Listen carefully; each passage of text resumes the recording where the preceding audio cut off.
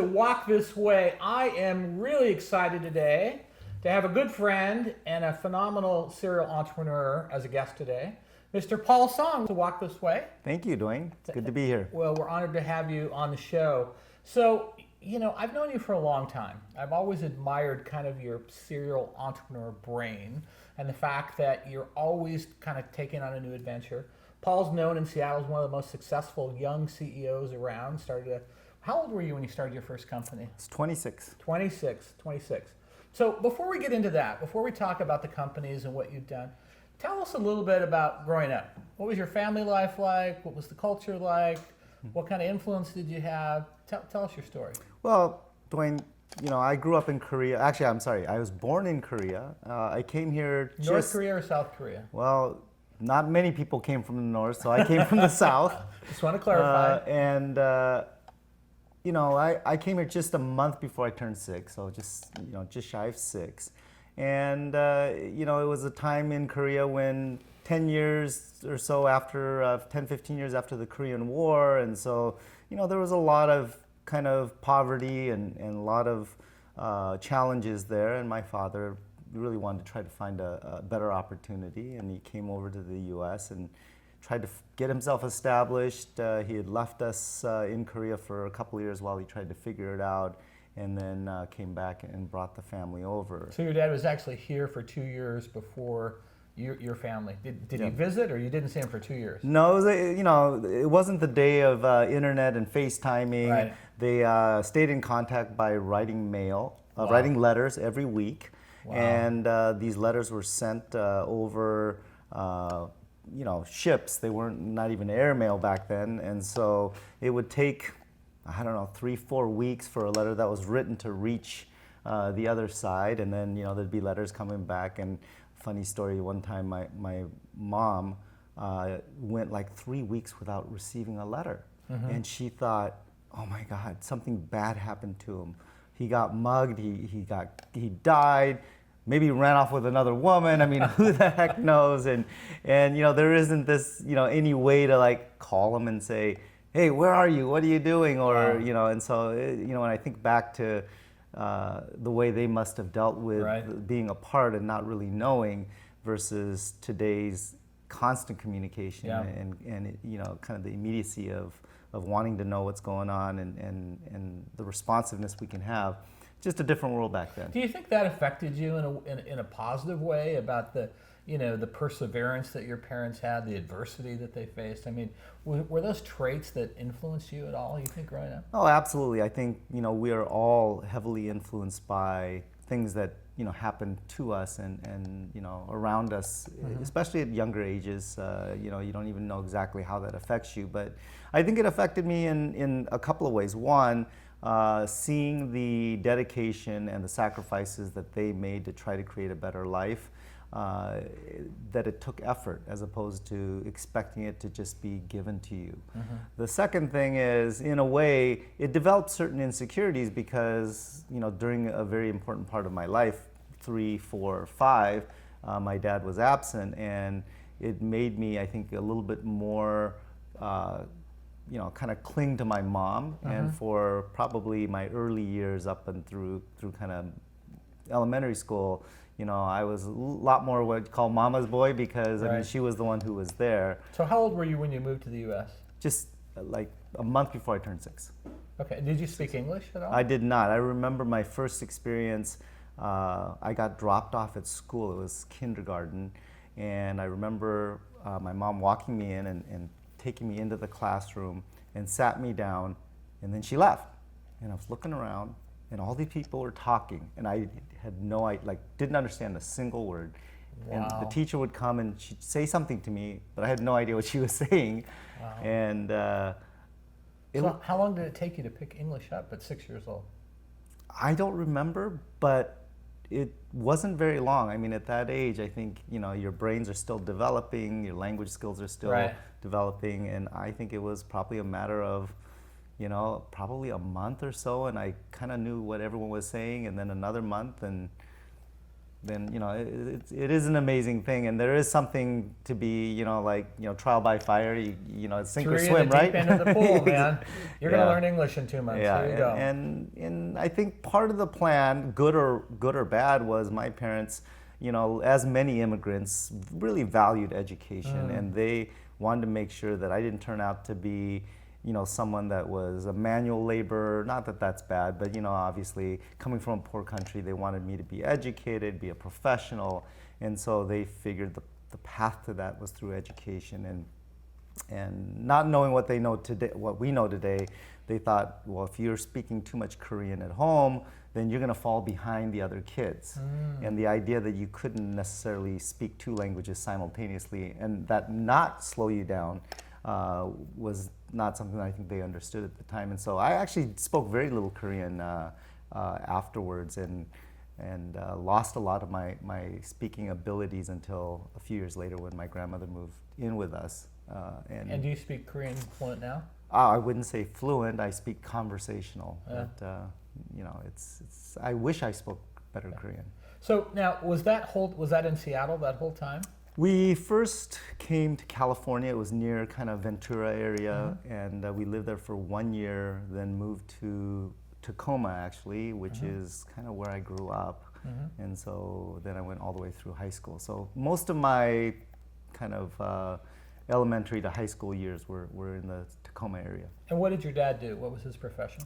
So my dad was a minister, and he was, a Christian minister, and he's a very entrepreneurial guy. Although he never really started a business or made money, very creative in what he did. One of the things that he tried to do is, figure out, how do I make an impact and get established in the U.S. And one of his early experiences is during the war. You ever see those commercials where they say, hey, for a cup of coffee a day, $20 a month, you can sponsor a child overseas, give them an education and housing and food. Right. And sometimes you never know, like, they're really taking my $20 a month and giving it to somebody, or are they pocketing it, or what are they doing with it, right? Well, they were doing this, back in the 60s, and my dad was the lucky recipient of one of those. He was one of those kids that was orphaned due to the war, and got an education and got some housing and things when he was kind of a teenager, 12, 13, 14. And so when he came to the U.S., he said he found the family that actually had picked him as the child to sponsor. So he came over here, and he wanted to meet with them, and he wanted to thank them. And then, and it was, one of these religious Christian-based organizations. And so he thought, well, I'm going to pay back. So I'm going to come back and tell my story to other kids. And this is like during the Vietnam War era. And so, there was some protests going on. So he was the one who was going and saying, hey, the U.S. came in and helped us in Korea and gave us our freedom. And, I want to tell my story. And of course, during that era, the government was very supportive of anybody that was saying, hey, some of the policies and things that were going on in Vietnam, and which is kind of a follow through to what happened in Korea.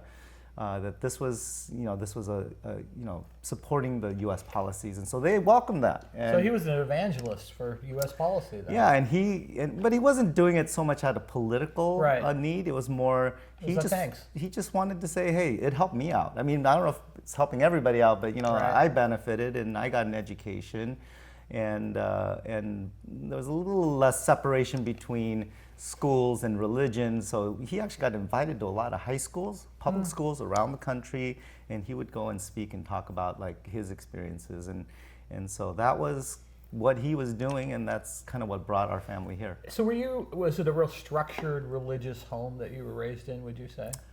I don't think my parents and my dad, even though he was a minister, was overly strict. When I think of the evangelical and the conservative religious movements that that we hear about today, he was a little bit more open-minded. Maybe it was a mix of cultures between the way Christianity evolved in Korea. Some of the largest churches in the world are over there, and the way it's kind of work out over here. So I wasn't overly raised in a strict environment, but definitely was, going to church Sundays and, going to Sunday schools and things like that. Yeah.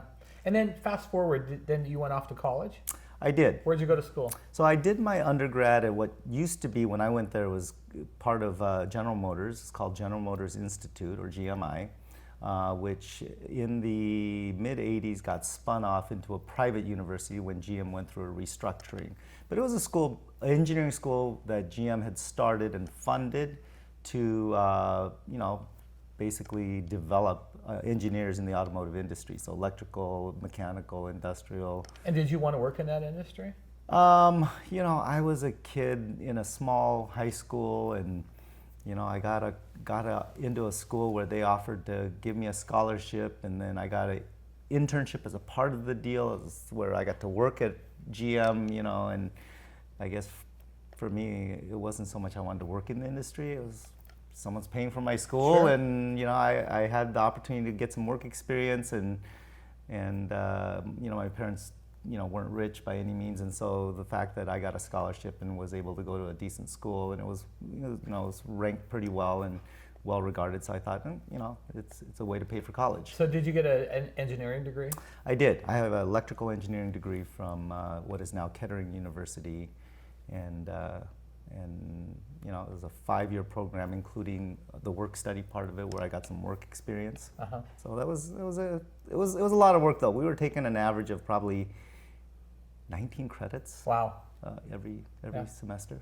And then what happened after graduation? I was working at GM part-time as part of the internship in the co-op program. I really excelled at work, and my boss there said, "Hey, I think you should go on and get your graduate degree." During undergrad, I had met this girl, and of course, my first real girlfriend, and I was 2,500 miles away from home. And anyways, we ended up getting married. She had a kid, and so and we were both pretty young at the time, and so at that time I was like, I don't know if I could go to grad school. I need to get a job. I need to make money, and so on. And so he said, no, you should apply for to be a GM fellow. And I said, well, what is that? And he so explained, said, thousands of people apply, and they pick a few people, and GM basically picks them out and supports them through grad school, and kind of grooms them to move into management. And so with his support, I applied. And now, was this a supervisor or your boss, or who? Yeah, was he was basically the department manager of a group that So he took a real interest in you. He did. He was kind of like a mentor to me early on in my career, and I did that, and I got selected as one of the GM fellows right after I got done with school, and so they sponsored me to grad school, and I was able to go there and get everything paid for grad school, including living stipend. So I wasn't quite as poor, although I wasn't rich by any means, and I was able to get my master's degree. Wow. And what was that in? I got my master's in computer science from MIT. Okay. So Paul, you're really the American dream. I mean, you had this incredible experience where your dad was left to you to go find work and a better way of life for 2 years. I mean, it sounds like your mom and your family went through some kind of suffering through that. Then you get a scholarship to go to undergrad, then you get a scholarship to go to graduate school, and then you decide to start your own company and be this serial entrepreneur that you're now well known for. So tell us about that. Yeah, well, I do believe, I was really fortunate to be able to live that American dream. And, I could have grew up in Korea, born the same time. My dad could have just stayed there, and who knows what my life would have been like. Right. And so sometimes, you have to take a step back and be grateful for the opportunities that are afforded you, because it's not just having certain abilities or having, the smarts or the whatever it takes, even the determination. Sometimes it's just having certain doors open for you, and you always have to have a little bit of humbleness to appreciate the fact that anybody who's made it has had certain events in their lives and people in their lives who've made that possible. And I've had that, including the guy I mentioned who talked me into applying for the fellowship. When I look back and I think what are some of the key things that happen, I think that understanding that balance between what opportunities and choices are laid in front of you, and then which ones you pick and how hard you work at it. I mean, in the end, that's kind of the combination of things that works towards kind of creating our path. And and the path isn't always defined by how many companies you start or how much money you make, but at some point, one of the things I've thought about is how can I be the same person to some of the younger people growing up that department head was to me, which put me on a different course. And what are the things that I can be aware of to kind of pay that forward. And I just want to pick up on something you said about the path of success, because having interviewed a lot of CEOs, one of the things some people just say, well, it's luck. Some people say it's perseverance. Some people say no, it's knowledge. Some people say it's timing.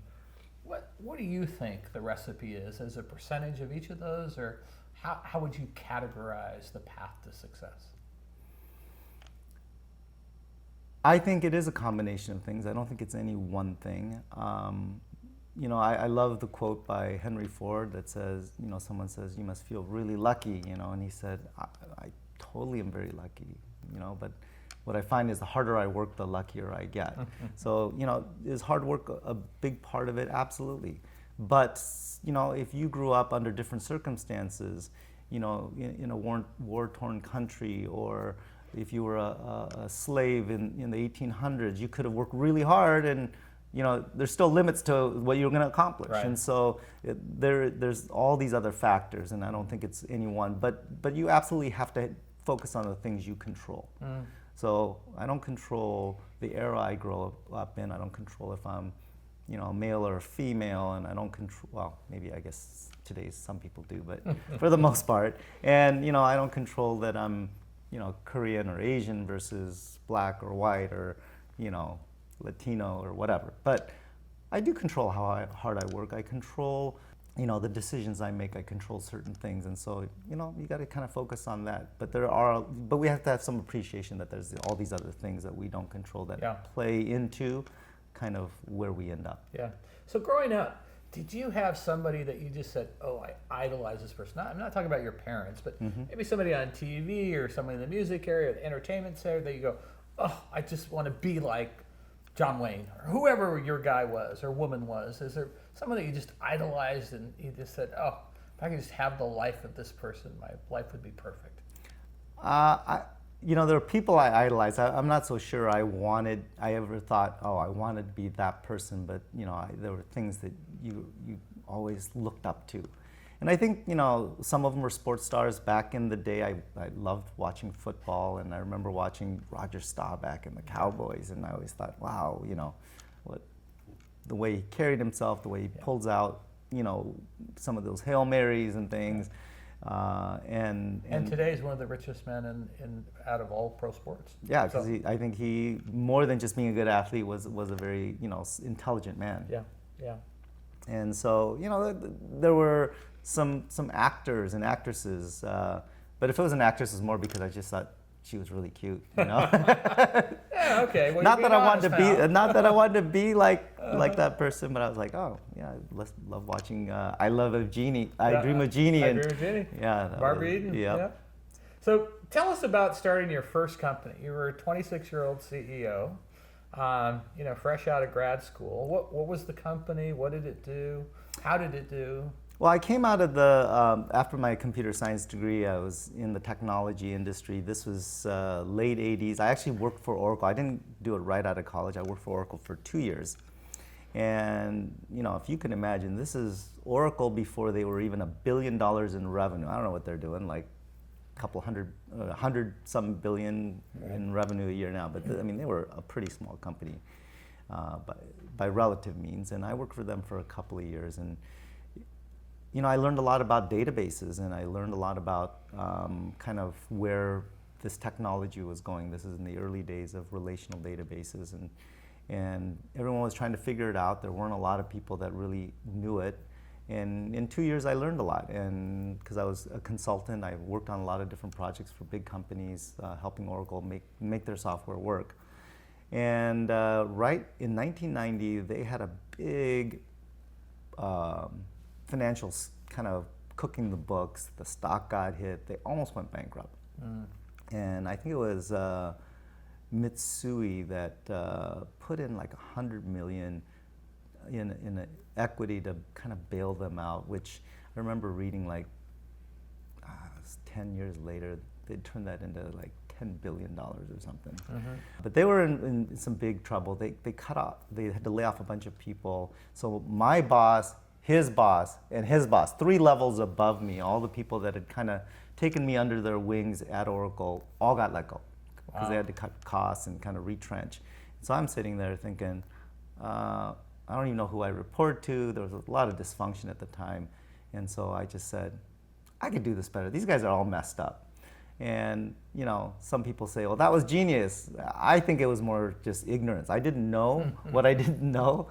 So, you know, of course, being young and, you know. Sometimes that's good. Yeah, impatient. You know, I'm like, I could do this better. And so that's what I did. I quit and I said, I'm going to go start my own consulting company. And so I did that, and it wasn't as easy as I thought. And, you know, like you said, you don't know what you don't know. But I worked hard and learned at it. And what was the company's name?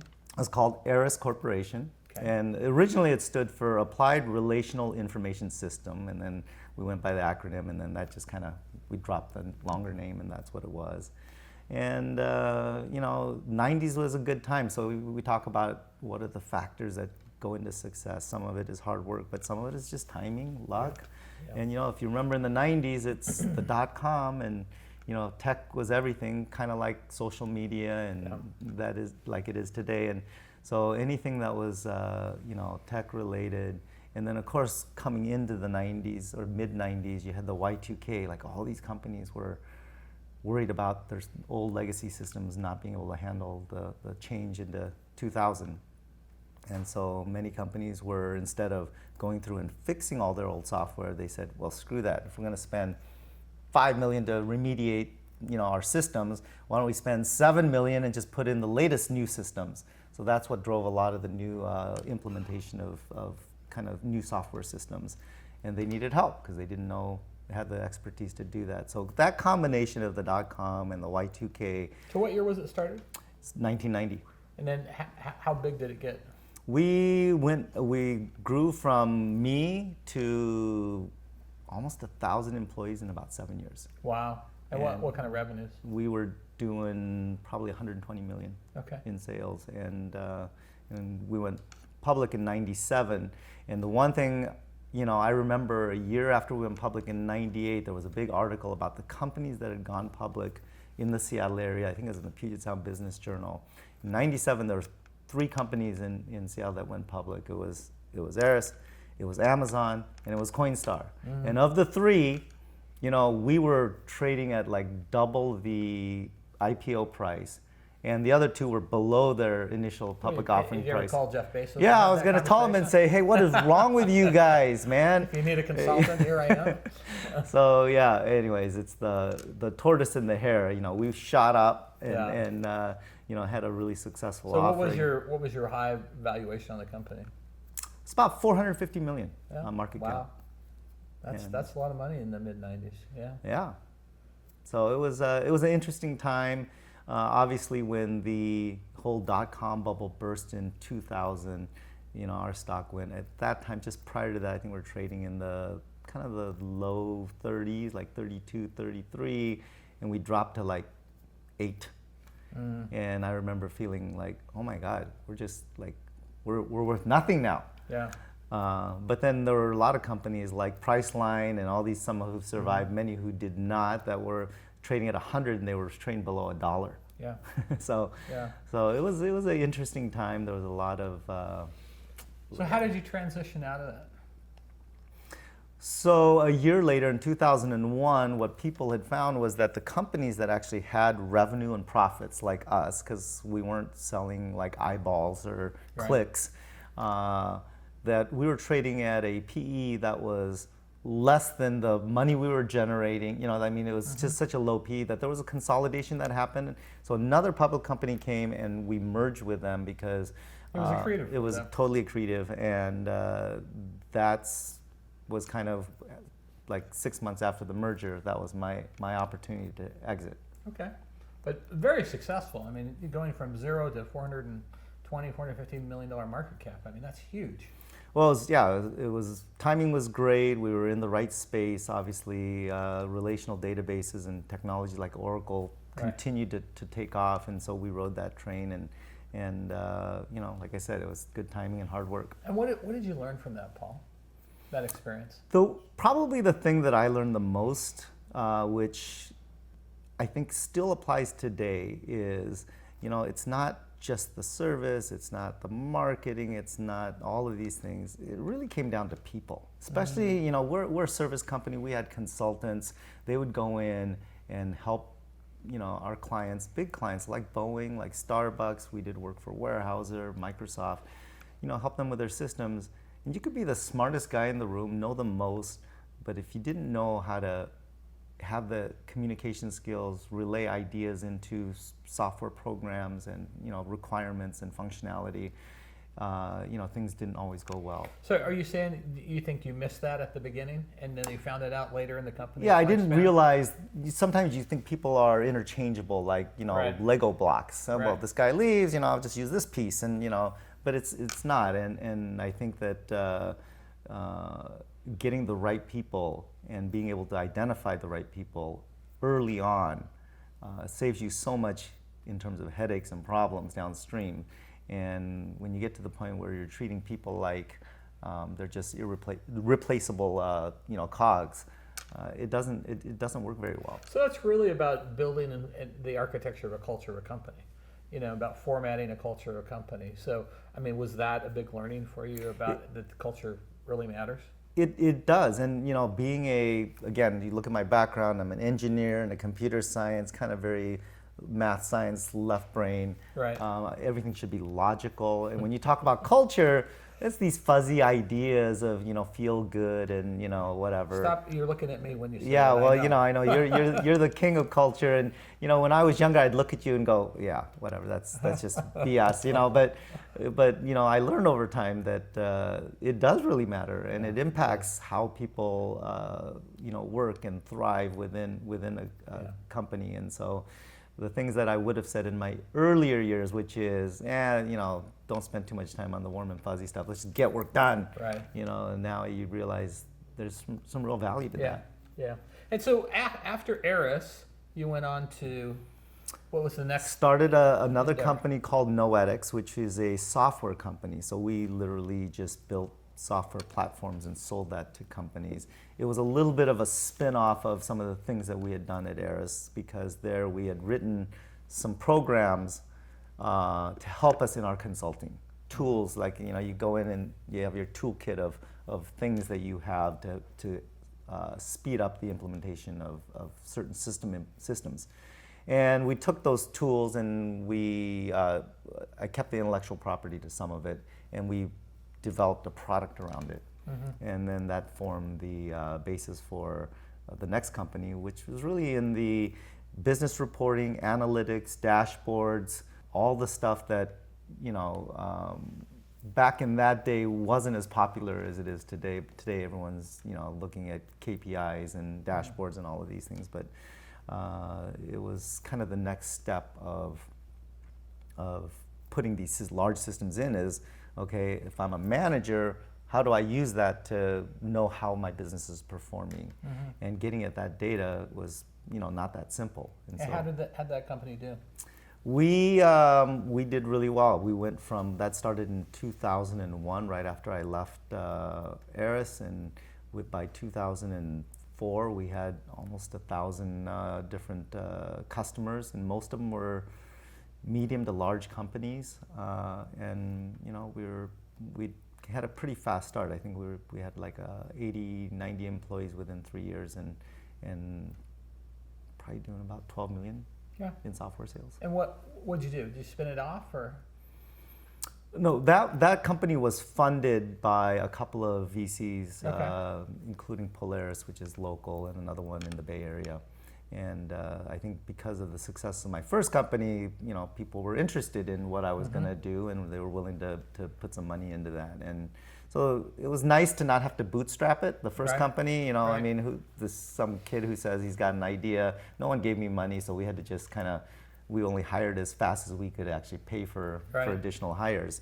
It was good to get some money. And software development, it takes a little bit longer, and there's some upfront costs to develop it before you receive any revenue. And so having investors put money in certainly made it easier and quicker for us to get a quick jump start. And I think you make a good point for our listeners, because one of the things that you're saying is, because of the success and the track record you had at Eris, I mean, you created kind of brand equity for yourself. And that has value for investors, that you go out and you're selling your resume essentially. And so you leveraged and kind of used that as a springboard to go out and find capital. That's really important in building your resume. Well, I think you know this better than anybody. I mean, you are a brand, right? Your companies are a brand, and we don't think about it that way often, because we just do what we do out of our passions, or our commitments that we have. But when other people look at you, I mean, that's what they see, and they say, "Oh, Dwayne Clark, and what he does with Aegis or with Queen Bee, and your things that you do, not just to make money, but philanthropically, or causes that you're passionate about." And so over time, I think we don't even realize how we're being perceived, and the things that we've done, both good and bad, kind of define our brand. Sure. One of the things I've always admired about you, Paul, is you decided, I can't remember what year this was, I think it was maybe 8 or 9 or 10, you decided you were going to just pack up and move to Asia and start creating companies. I think, didn't you go to Vietnam at first, or was it China? It was China. So What year was that? That was in 2006. Okay, it was earlier, but I always thought, God, he's just going to go in another country and see what kind of business opportunities they were. And in 2006, China wasn't as progressive as it is now. Yeah, it was an interesting time. It was after I had exited Noetics, and I wasn't sure what to do next. Right. And so, I had some friends. Well, Fred Crusetto, who we both know, was kind of getting established over in China. And one day he said, "Hi, I'm going to China to go, check up on my business over there. You want to go with me?" And so I wasn't really working at the time, and so I said, "Sure." So we went there and spent a week there, and I met some of the venture capital people that were trying to get established, some of the U.S. venture capital firms that were trying to establish funds for China, and they were just telling me all the things that were going on, and I was fascinated.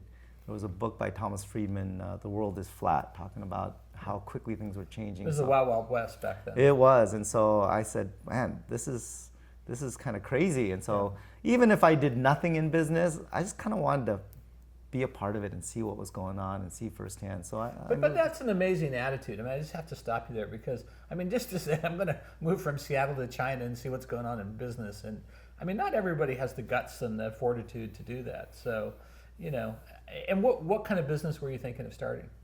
Well, obviously my background being in tech, I was looking at, where were they lagging in technology, and where would the opportunities be?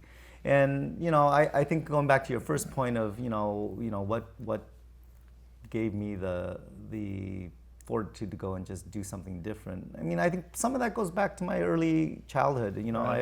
Of course, that wasn't my choice, but having been brought out of one culture and country into a completely new one, in my experience, my first day in school, a language I knew nothing about, and hey, here I was. I'd still got a good education, had started a company, and had some successes.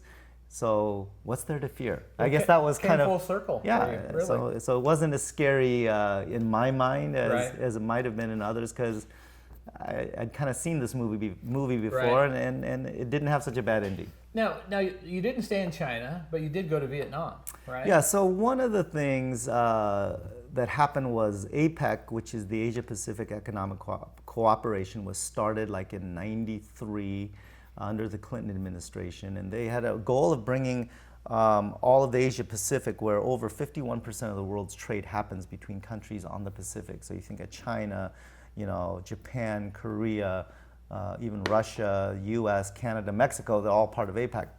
And they were going to try to create a free trade zone in that area.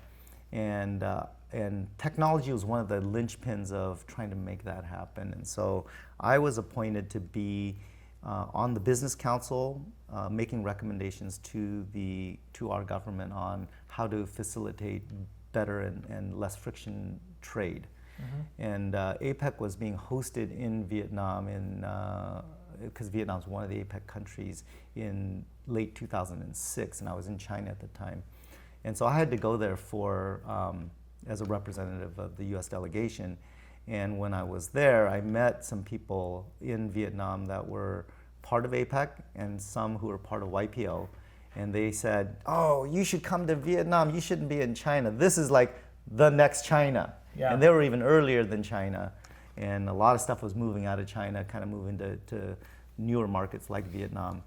And so I said, that sounds interesting. And so I did some research into it. I made some connections, visited there a couple of times, and then decided, all right, we packed up and moved to Vietnam. And wasn't the goal originally to kind of invent the multiple listing service? Yeah, so we went there and they were just changing their rules. They were about to join WTO, which meant they had to open up certain sectors and allow foreign investment in to be able to develop certain sectors of their economy. And of course, any economy, especially developing economies, land rights are fundamental to developing any economy. So if you don't have land rights, you can't, who wants to build factories, who wants to, you can't do anything. And so there were a lot of changes going on in terms of ownership and land rights and foreign investment. Obviously, in the communist era prior to kind of opening up to the markets, all land was owned by the state. Everything was, it's kind of a socialist, and we tell you where you can live and this, that, and the other. But they started opening that up, and it was so opaque. Nobody knew what anything was worth, what transactions were happening. And so the idea was to create, really it was more like Zillow had just gotten started here. And I thought, well, Zillow's doing something really cool. Why couldn't we do that in Vietnam and create some visibility to market rates, market values, and transactions of real estate in Vietnam?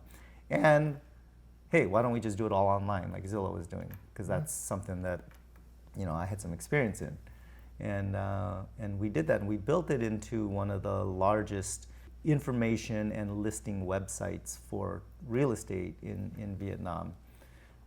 The bad side of that was nobody wanted to pay for it. we had lots of active users and lots of activity, right. but monetizing it, I think we were probably about 3 years too early. So you couldn't sell ads, we did, but not enough to make it go. Yeah, and if we had, wanted to invest more money or brought in, more investors, we probably could have seen it through. But instead, we ended up selling to another company, who then took it over and has done pretty well with it. So wow.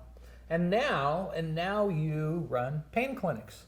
So from software development and computer services and multiple listing services to pain clinics, you are the epitome of the serial entrepreneur, hands down. Yeah, this was one of those things I kind of fell into. I didn't go looking for. The other stuff I kind of, But serial entrepreneurs have this kind of magnet about them that attract these opportunities, I think.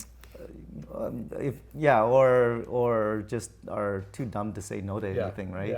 Yeah. So, I had a friend of mine who was running these clinics and got into trouble, and so it kind of went under and stopped operating, and he asked me to come and take it over and try to restart it, and I'm like, why would I do? I have no idea, nothing, no knowledge whatsoever about medicine. And now that I do have a little bit more knowledge, if I knew what I knew now back then, I would have said no. It's a healthcare is its own little animal, and not little big, but it's in you know, regulatory things, and you know, you're dealing with people. You're not dealing with, you know, things that you're selling to companies. And public policy and public perception and all those things. So that, you know, I started that 2.5 years ago. And it's been a lot of work, but it's been interesting. I've really learned a lot, and now when I look back at kind of these last 2.5 years, I have to say, hey, is it just about making more money, or is it about doing something that's meaningful and learning some things along the way? So on the first part, making more money, I haven't done a lot of that. But on the second part, I've definitely learned a lot, and I think that's an aging perspective as well.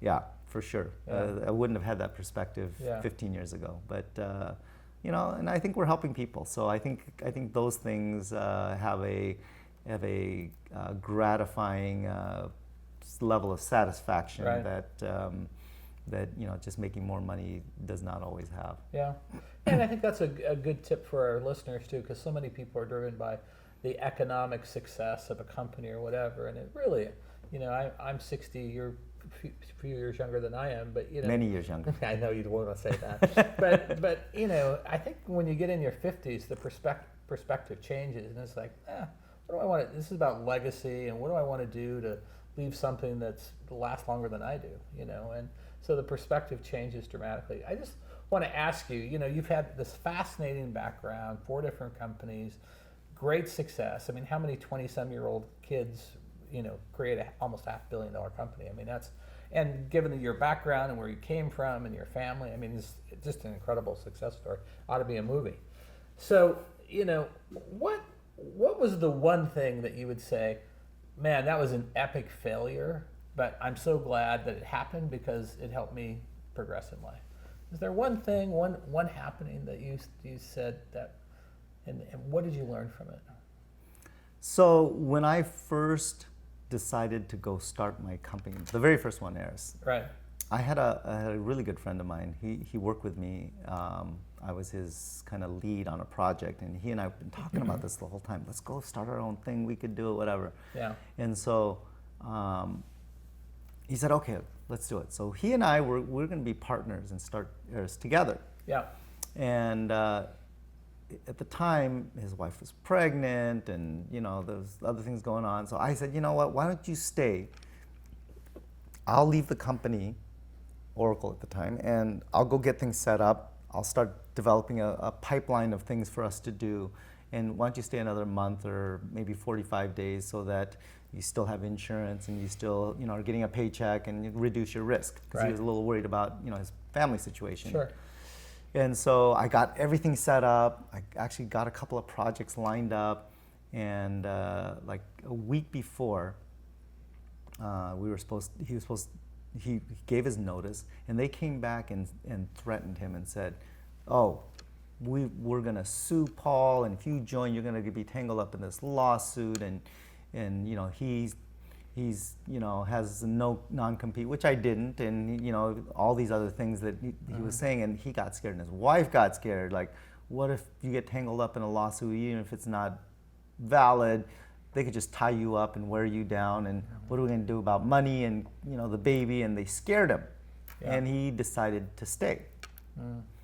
And the projects that I had lined up were really for him to lead, and so that they were talent specific. Yeah, that was very specific to things that he had done, and so, like, now what am I going to do, you know? And I literally thought that was it. Well, it was a good idea, but I kind of got left holding the bag, and this just isn't going to work. And I remember staying up all night thinking, maybe I should just go get another job. I put almost 6 weeks into getting everything lined up. What am I going to tell these guys? I'm going to lose all my credibility. Right. And so, you know, I just kind of thought that was a failure. Everything that was well laid out plans, all of this stuff didn't happen. And I stayed up that whole night. I remember, didn't sleep a wink, and I was sitting there thinking, what am I going to do? And I said, I've come this far. I'm going to figure this out. even if I have to go do these projects myself. Right. And if I do that, I don't know if I'm going to have time to go sell or do anything else, but I'll figure it out. And so that was one of those things where I thought it was like, it just, nothing went as planned. And we're still friends. I mean, I understood he wasn't trying to screw me. It was just life, you know. Yeah. And I remember thinking how things never work out the way you plan. I thought it was a complete failure, and the next 3 months of me trying to figure this out was really difficult. But what I learned is you can persevere, and if you're willing to work hard and just solve problems, that you can overcome a lot. Not everything, but you can overcome a lot. And in the end, instead of being 50-50 partners, I ended up being 100% owner of this company. And so I guess, and it wasn't really an economic decision for me at that time. It was more like, how do I just make it work? But one of the things I learned looking back is that sometimes things get thrown in your way, and if you figure it out and you can solve it, the outcomes may even be better than you thought it was going to be. Yeah, no, I totally agree with that. I've had that own experience myself. So a lot of our listeners are going to be people that want to start the next great company, the next Eris, the next whatever. What would you, if you had to give them 3 tips, and they're going to start their own company, you'd say, these are the 3 things I want you to think about, I want you to know. What are those 3 things? I would say, number 1, execution is much more important than ideas. So a lot of people come in and say, I've got this great idea. True. The graveyard's littered with great Yeah, ideas. and I've always say, I'd rather take, a group of people that are A on execution and B on the idea over A in an idea, A idea with a B execution team any day of the week. Yeah. And so, I've talked to people, I got this idea. I want you to sign an NDA. I'm like, I'm not gonna sign some NDA. Well, you got an idea. Yeah. And they're like, yeah, but I don't want, if someone else finds out, they're gonna do it. And I said, I've had so many good ideas. You have no idea how many good ideas I've had. I like to bounce ideas off of people because I want to see if they're good or bad, right? And I don't care if I think they're gonna steal it or it's gonna get out, because in the end, it's who executes. So that's number 1. Number 2, I say it's really, as you grow, if you're a one-man shop, that's one thing, but if you're growing a company, which most entrepreneurs are planning to do, it's about people. How do you get the right people in? Right. And that is not a black and white. The right people doesn't mean they're always the right people, because as you've known in your growth, someone who's the right person at a certain point of the company is not necessarily the right person later on. Exactly. But being able to identify who the right person is for what you need at a certain phase or point in time, and to be able to continuously identify the right people and make the personal adjustments that are necessary is probably the most challenging thing to do, and probably one of the most important things that you have to do. And number 3? And so 3, I would just say, really, it's the quote I said earlier about just hard work and luck. You create your own luck by hard work. And so if you don't work hard, if you think things are just going to get handed to you, I think that was one of the failures of the dotcom and even today's social media. Some of these companies, like some of the issues that Uber has had and others, is when you get too much recognition and too much money, you don't work as hard. Yeah, you get lazy. You get lazy. They call it getting cash drunk. Right. People throw money at it. You don't get operationally efficient. You don't understand what it takes, and so then you build a culture of being sloppy. Right. And so sometimes it's good to struggle. It's kind of like, when I went to France and visited some of the wineries there, they talk about, how the vines struggle. You can't water them too much. You give them too much water, the fruit doesn't taste as good. That for the roots to grow deep, they have to really struggle and sometimes lack a little bit of water. Not too much, because they'll die, but some. And that makes it stronger. Humans are the same. We got to struggle a little bit. You don't learn any lessons. I always say, all my successes, all the good times, I don't sit there and think, oh my God, I learned a lot. What I think is, wow, that was a great time. This is really fun. All the times I really struggle and go, man, this really sucks, I look back and I go, yeah, but I learned something. Yeah. So I think we all have to have a little struggle in life to progress as individual, progress as companies, and so I think entrepreneurs need to be aware that it's gonna be a struggle and be prepared to struggle. Because if you think you're gonna be the next WhatsApp, 10 people work at it for 3 years and sell for $1 billion, I mean, it does happen, but that's the unicorn. That's exactly the unicorn. And that's a good pivot for my next question, because if you want to be successful at the highest level, I think, when you're young, you don't think much about this, but you got to stay physically fit, you got to stay mentally fit, because you're performing almost like a pro athlete. So what do you do to stay mentally and physically fit? And I have this book coming out called 30 Summers More, and I've been deep in research, and I've been in your ear and our other friends' CEOs' ears about these things. So what do you do? Well, I think on the physically fit side, it's kind of, the things that everyone should be doing, which is you're eating and exercising. I am not overly kind of religious about that, but I'm always aware of it. And I grew up playing a lot of sports, and I think a lot of things that I've taken in the business world I learned from sports about team and about how the interactions of individuals on a team are just as important as the individual talents on the team. Right. So that kind of the structure, when you set up plays, they're set up for how the strengths of each member. And one play may work with certain personnel, but doesn't work as well as another. So because of that background, I just like playing sports and I still enjoy it. So whether it's playing basketball or, golfing or tennis, I like playing sports. And so I would much rather go play a sport that I enjoy than sit on a treadmill or I got to go spend 30 minutes at the gym. Right. And so as much as possible. And that keeps the stress level down and keeps your mentally fit. Absolutely. Yeah.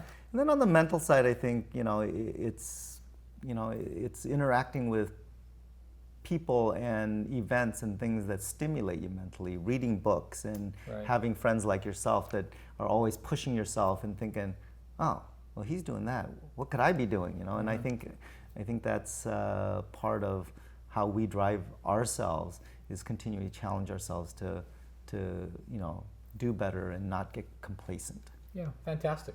So my last question for you, and I ask all the guests this: what's the one company that you've always dreamed of doing that you haven't done yet, and why? What is it? What is that one company you say, oh my God, this would be so much fun if I could do this company? I've always dreamed of it, but I haven't done it yet.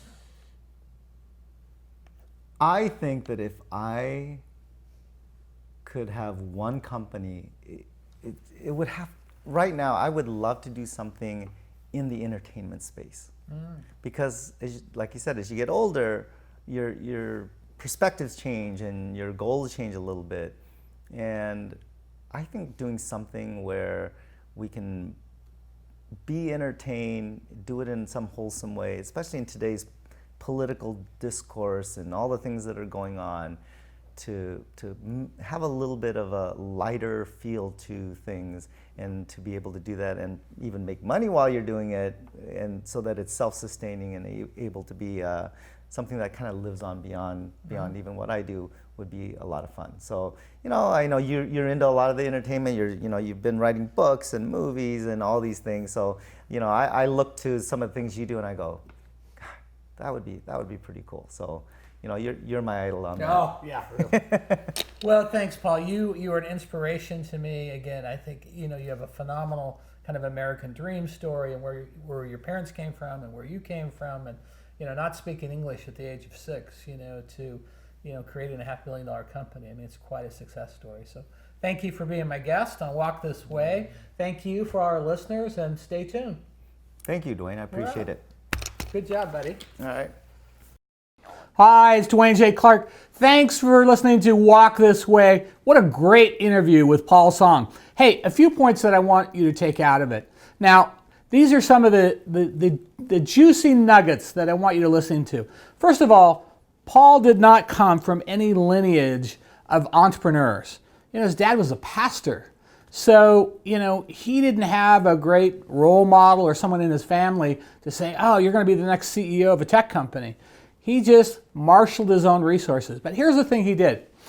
He took advantage of destiny. And here's what I mean by that. He got a scholarship to go to an engineering technical school. He then was appointed by President Clinton as the head of Tech Asia, a very entrepreneurial roundtable. So what he did is he marshaled all these resources and thought, how can I use all my experiences to build the kind of company that I want? One of the important points that Paul brought up is that, he failed on some of his initial businesses. Here's what I think. If you're going to be a great entrepreneur, one that lasts a long, long time, has great endurance, you have to have a high tolerance for failure, because that's where the learning is. That's where you morph and adapt and make your business better. So if you don't have a high tolerance for failure, you're going to fail. I think that's changed over the last 20 years. I know in my own business, boy, I had some setbacks, and if I would have just thrown in the towel, we wouldn't be the kind of company that we are today. So one of the things you have to really pay attention to is when those mistakes come at you, don't hide in a corner and crumble. Really look at them and say, what's the learning here? How can the company get better? How am I going to shape the company differently through these mistakes, and so on? And I think right now in our culture, sometimes the current millennial population may not have that tolerance level. Everybody's been given the blue ribbon and the gold trophy for the last 15 years, even though they're not in first place. That's a skill set that maybe is having a negative effect on current entrepreneurs. So realize failure is part of success, absolutely a part of success. How you deal with failure, how you deal with those setbacks, that's the critical part. Some people will whimper and die, where other people will go, yeah, bring that next failure on so we can get better, so we can be stronger, so we can be the leader. To be a true entrepreneur, you have to be a little bit of a shapeshifter and be able to adapt and morph into the economic times. So those are some great tips coming from you on Walk This Way. I'm Dwayne J. Clark. Please listen next week.